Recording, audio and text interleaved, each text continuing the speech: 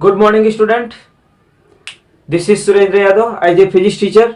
दोस्तों, आज मैं आप लोगों के लिए बोर्ड का इंपॉर्टेंट क्वेश्चन लाया हूं। अरे ये बोर्ड का क्वेश्चन इतना इंपॉर्टेंट है कि इस साल मार्च 2020 में भी आया था। तो इस क्वेश्चन को हम समझते हैं और ये क्वेश्चन स्टैंडर्ड 12 फिजिक्स सब्जेक्ट से रिलेटेड क्वेश्चन है जो चैप्टर नंबर 1 का है और ये टॉपिक रिलेटेड है विद्युत क्षेत्र से। तो देखते हैं ये क्वेश्चन क्या है और कैसे इसको सॉल्व करना है। और तो देखते हैं क्वेश्चन नंबर दिस क्वेश्चन।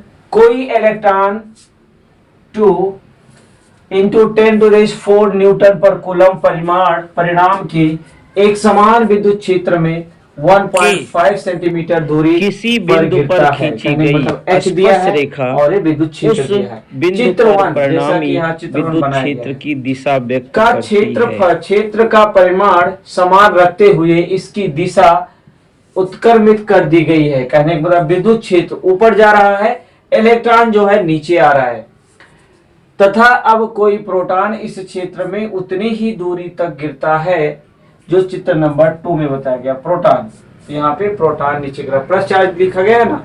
तो दोनों प्रकरणों में गिरने में लगे समय की गणना कीजिए। मतलब हमें क्या निकालना है, इलेक्ट्रॉन का टाइम निकालना है t और प्रोटॉन का भी टाइम ड्यूरेशन निकालना है, कितने समय में वो नीचे तक पहुंचेगा।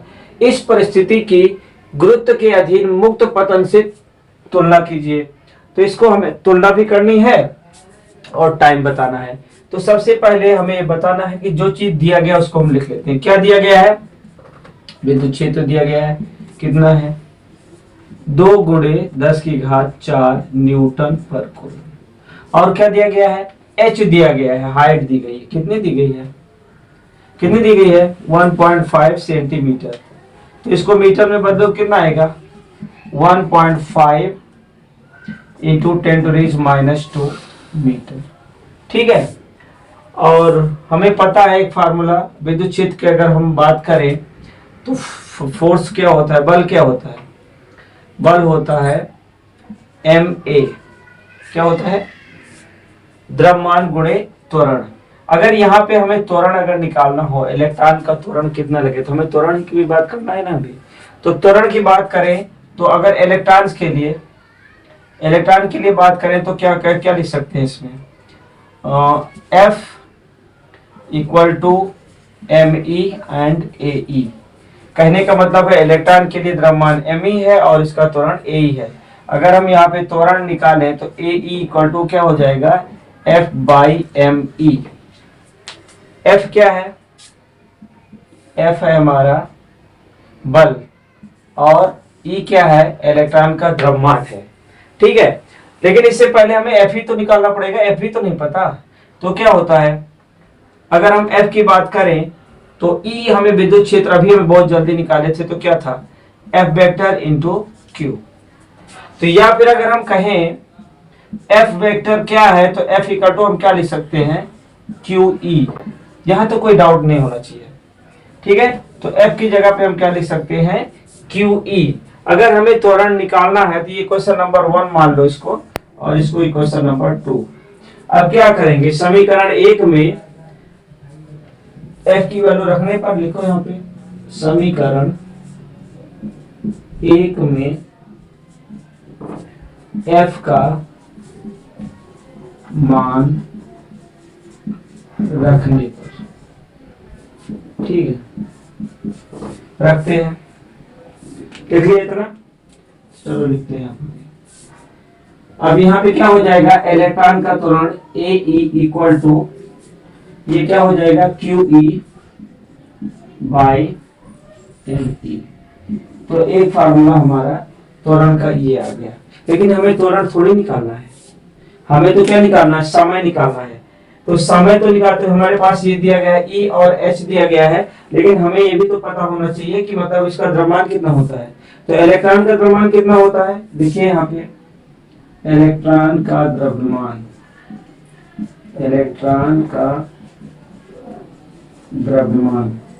कितना होता है, कौन बताएगा, 9.1 × 10⁻31 किलोग्राम। ठीक है, हो गया। कहने का मतलब हम अगर एमई की बात करें तो हमें 9 इतना हो गया। अब इस इलेक्ट्रॉन्स अगर नीचे आ रहा है किसकी, गुरुत्वीय त्वरण के अपोजिट डायरेक्शन, लेकिन हमें जो विद्युत क्षेत्र का डायरेक्शन है अपवर्ड है, गुरुत्वीय को हम क्या करना है, मुक्त बताना है कि गुरुत्व के अधीन मुक्त पतन हो रहा है, तो कितने समय में ये जमीन पर गिरेगा या इस सरफेस पे पहुंचेगा। ठीक है, तो इतना लिख लिया आप लोगों ने, रफ करें अभी। ठीक है, तो इसको हम रफ कर देते हैं और हमने ये फार्मूला निकाल लिया है।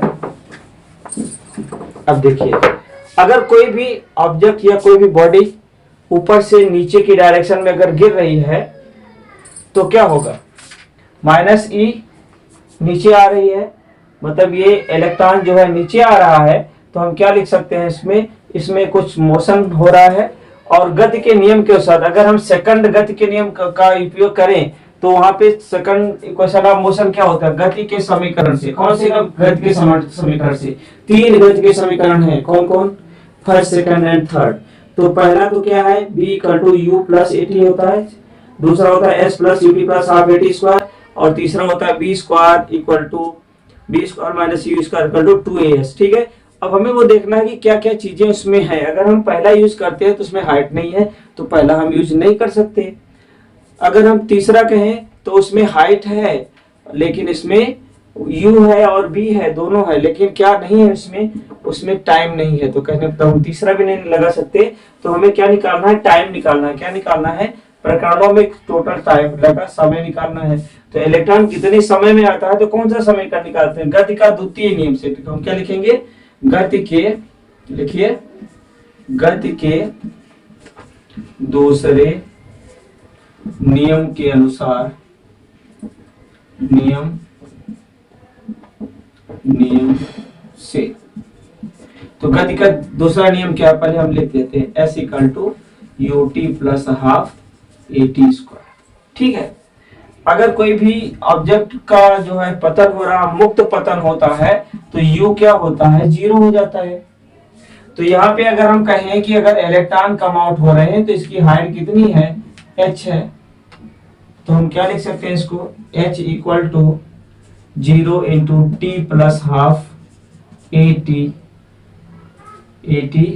ठीक है, तो यहाँ पे e लिख सकते हैं अगर इलेक्ट्रॉन ही आ रहा है तो हम इसको क्या लिखेंगे, h = ½ aete²।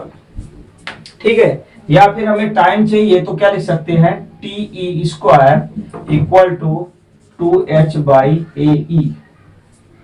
ठीक है, यहां तो कोई डाउट नहीं है। चलो ठीक है, अगर हम इसको क्या चाहिए, इलेक्ट्रॉन का टोटल समय कितना लग रहा है, अगर हमें निकालना है तो हमें टाइम लिखना पड़ेगा। तो लिखेंगे te = होगा √2h/ae। यहां तक कोई डाउट नहीं है। हमारे पास h की वैल्यू है लेकिन हमारे पास ae की वैल्यू नहीं है, तो हम क्या करेंगे, ae की वैल्यू पुट करेंगे। जो हमारा इक्वेशन था, ae का फार्मूला क्या था, यहाँ पे हम लिख देते हैं। आपने ae अभी निकाला था, QE/me,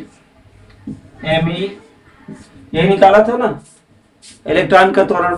तो चलो ये मान यहाँ पे रखो तो क्या मिलेगा, te = क्या लिखेंगे, √2h, a की जगह क्या लिखेंगे, QE/me। तो हम इसको क्या लिख पाएंगे, implies that te = बोल नहीं रहे हो आप लोग, me को ऊपर ले लो, तो 2hme/QE या EQ जो भी लिखो। तो ये हमारा टाइम निकालने का इक्वेशन हो गया, इक्वेशन नंबर 3। ठीक है, लिख लिया। तो अब इसको हम रफ करेंगे, आगे लिखते हैं उसके आगे। तो इक्वेशन नंबर 3 में क्या रखेंगे, वैल्यू पुट करेंगे, किसकी वैल्यू, जो वैल्यू हमें चाहिए। ओके, तो चलो लिखो, समीकरण 3 में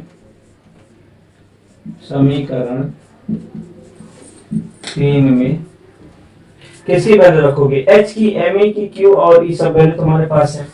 चलिए समीकरण 3 में H E का मान रखने पर, समीकरण 3 यही है। चलो रखो, क्या लिखोगे, इलेक्ट्रॉन के जो नीचे आ रहा है उसमें कितना समय लगेगा, इलेक्ट्रॉन को मूव करने में कितना समय लगेगा। तो इलेक्ट्रॉन ये है और कम आउट हो रहा है, नीचे आ रहा है। अब इसका फार्मूला लिखेंगे, वैल्यू लिखेंगे। चलो वैल्यू लिखो, कितना आएगा। अब 2 है, H की वैल्यू कितनी है 1.5 10⁻²। Me की वैल्यू अभी बताया था कितना है, हाँ 9.1 10⁻31। Very good.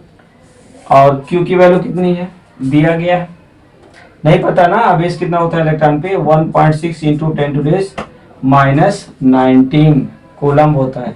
E की वैल्यू क्या है, ये दिया गया है, क्या लिखेंगे 2 × 10⁴। अब इसको हमें सॉल्व करना है। चलिए कैलकुलेशन करिए। जब इसका कैलकुलेशन करोगे तो जो कटेगा उसको काटोगे, जो बचेगा उसको बचाओगे। तो हम ये सब रफ कर देते हैं, ठीक है। चलो इसको लिखो, ये आ जाएगा 9.1 × 3 × 10⁻, कितना हो जाएगा 33। यहाँ पे आएगा 3.2 ना 16×2 = 32 की घात -15। ठीक है। अब इसको क्या लिख सकते हैं, √9.1 इंटू इसको मल्टीप्लाई कर दो, 9 3 1 जा 3 और 9 3 27 और यहाँ पे आ गया 3.2 इंटू 15 ऊपर जाएगा तो क्या हो जाएगा 10 की घात -33 + 15। तो ये होगा, लिखो इसको 27, डेसिमल निकाल सकते हो उसको 32 लिख दो और 10 की घात 13 में से 5 गए कितने होते हैं 8 होता है। और यहाँ बचा 1 2 बचा, 3 से 2 हो गया तो कितना हो जाएगा 2 में से 1 गए, 1 ये माइनस में आएगा। ठीक है, अब आगे लिखते हैं। इतना लिख लिया, चलो बहुत अच्छे। तो इतना लिख लिया, फिर आगे लिखता हूँ। ठीक है, यहाँ क्लियर दिख नहीं रहा होगा। ओके, इतना लिख लिया, चलो ठीक है। तो हम लिखते हैं टी की वैल्यूज, क्या लिखेंगे, टी ई = √273/32 इंटू 10⁻⁹ क्या आएगा, सेकंड आएगी। अब जब इसको आप डिवाइड करोगे तो इसकी वैल्यू आएगी, करिए 2 3 वैल्यू जो आएगी बाद में उसका क्या निकालना है, वर्गमूल लेना है। जैसे 18 का वर्गमूल कितना होगा -9 आया, तो जो वैल्यू जाएगी इसके कैलकुलेशन के बाद इसकी वैल्यू आएगी 2.9 10⁻⁹ सेकंड। ठीक है, अप्रोक्सीमेट आप 3 भी ले सकते हो। इतना हो गया। अब जो है इसी तरह से ये क्वेश्चन नंबर हम ले लेते हैं 4। इसी तरह से हमें क्या करना है, प्रोटॉन जो है, प्रोटॉन का क्या निकालना है, हमें समय निकालना है। तो ये प्रोटॉन ऊपर से नीचे आ रहा है, जैसे इलेक्ट्रॉन नीचे आ रहा था, यहाँ पे विद्युत क्षेत्र भी डाउनवर्ड है। तो फार्मूला हमें टीई, जिस तरह से हमने टीई का फार्मूला निकाला था, सेम टू सेम हम क्या प्रोटॉन के लिए भी निकाल सकते हैं। तो इसके लिए फार्मूला क्या लिख सकते हैं, टीपी। टीपी मतलब प्रोटॉन का समय। उसका फार्मूला कितने लोगों को याद है अभी, 2H, जहां पे Me था वहां क्या आएगा, ये फार्मूला लिखा था ना, चलो मैं लिख देता हूँ, भूलते बहुत ज्यादा हो आप लोग। टीई कितना है, ये फार्मूला था, देख लो एक बार, नोटबुक में तो लिखा ही है फिलहाल, Me/QE, यही तो लिखा था, यही था ना। तो प्रोटॉन ये तो किसके लिए था, अब यहाँ प्रोटॉन के लिए है, वो इलेक्ट्रॉन के लिए था, प्रोटॉन के लिए, प्रोटॉन के लिए समय। प्रोटॉन के लिए समय क्या है अब निकाल रहे हैं, तो जहां पे me है वहां पे क्या हो जाएगा mp हो जाएगा, और ये qe, mp मतलब यहाँ डाउनवर्ड तक आने में कितना समय लगेगा, तो लिख सकते हैं हम कि TP equal to this, equation number 5। अब समीकरण 5 में इसका मान रखने पर लिखिए, समीकरण 5 में किसका किसका मान रखोगे, समीकरण 5 में H MP Q तथा E का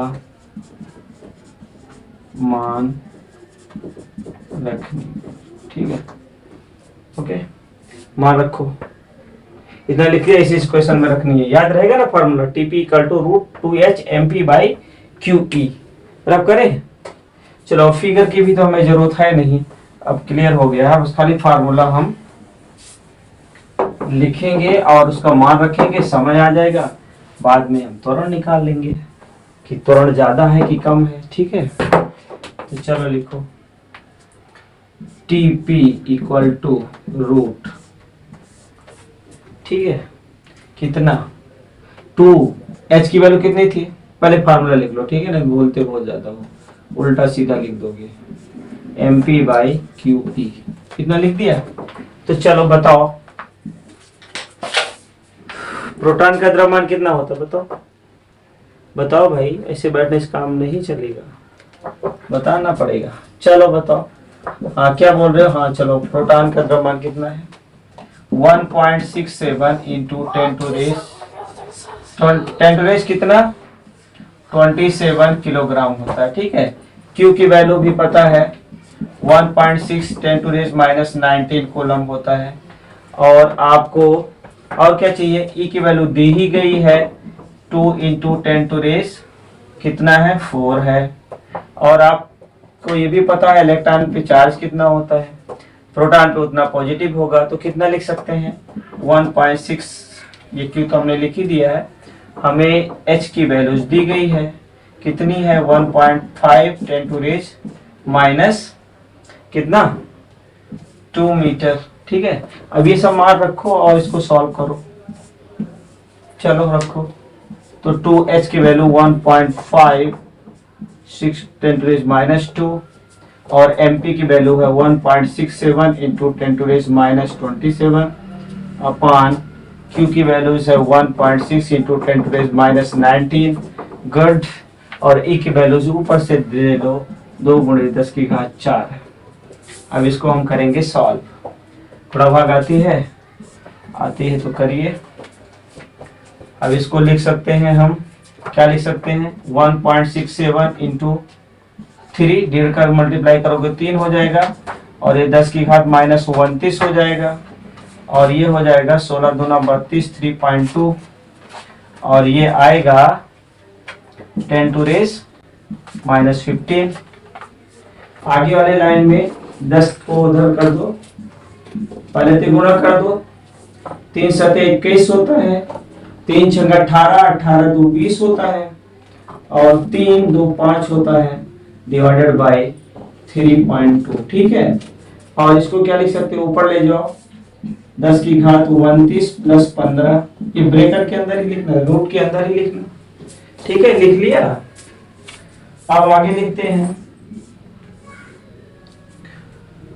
अब इसको हम छोटा कर देते हैं, इसकी वैल्यू जो हो सकती है 50.1 डिवाइडेड बाय 32, 10 की घात कितना होगा माइनस 14 होगा, अब 14 को बाहर ले जाओगे तो 7 हो जाएगा, अब इसका वैल्यू लिखोगे रूट 50.1 बाई 32, ओके।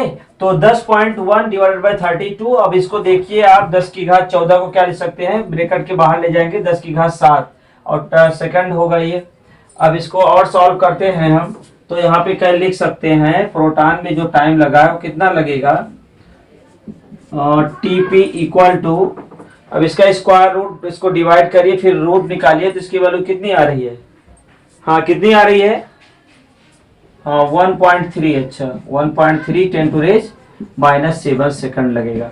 तो प्रोटॉन को मूव करने में कितना समय लगेगा, मतलब नीचे तक आने में 1.3 × 10⁷ सेकंड लगेगा, ठीक है। और जबकि इलेक्ट्रॉन को कितना समय लगेगा, 2.9 × 10⁹ सेकंड लगेगा। मतलब प्रोटॉन जो है इलेक्ट्रॉन के कंपैरिजन में थोड़ा देर में पहुंचेगा। और किसका द्रव्यमान ज्यादा होता है, प्रोटॉन का द्रव्यमान ज्यादा होते हुए भी इलेक्ट्रॉन जो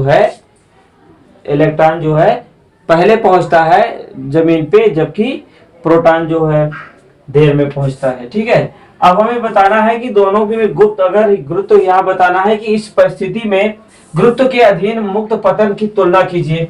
तो तुलना क्या करेंगे, ग्रेविटी हमें पता है 9 पॉइंट कितना होता है, 8 होता है।